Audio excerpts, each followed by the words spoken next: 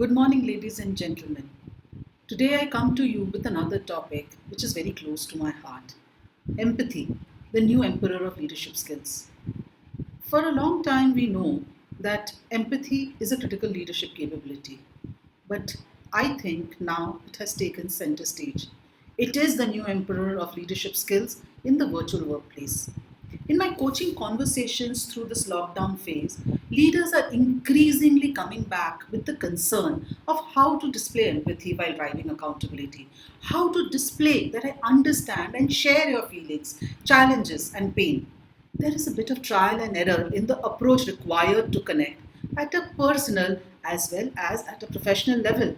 While doing so, some leaders and managers are confused about how to give critical feedback, clarify expectations, have tough conversations, and at the same time empathize with their personal issues and vulnerabilities. If you would like to know how to display empathy while we drive execution and accountability in the virtual space, this video is for you. If you find this insightful, do like the video and share your thoughts and experiences in the comments section. So let's begin. One most important thing to remember and understand is that balancing accountability and empathy requires you to ensure that your accountability conversation do not trigger shame. Yes, shame. Brené Brown, in her book Dare to Lead, Brave Work, Tough Conversations, Whole Hearts, shares a very important finding. She says, and I quote, shame is the fear of disconnection. It's the fear that something we have done or failed to do, an ideal that we have not lived up to, or a goal that we have not accomplished makes us unworthy of connection. Remember, accountability is not bullying. So, while driving accountability and execution, I suggest we follow the SAIL approach. SALE.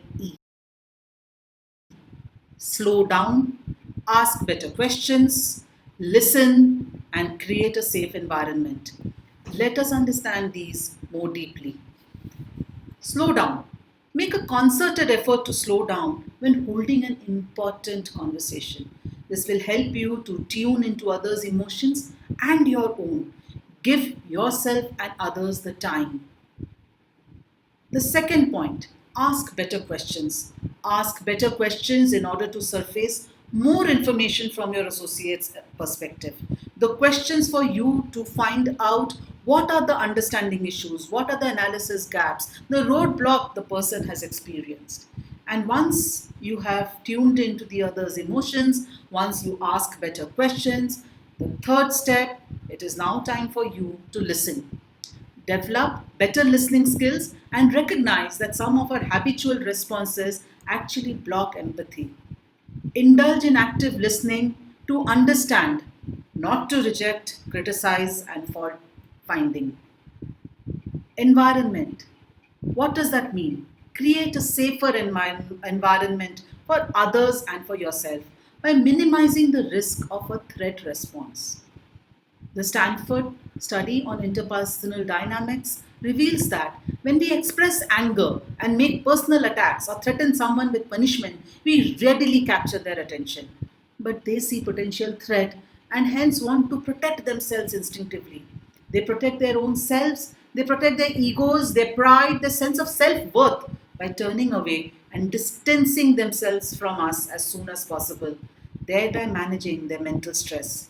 In contrast, if we share our vulnerability and express our fear, our hurt, our disappointment, others are likely to turn towards us.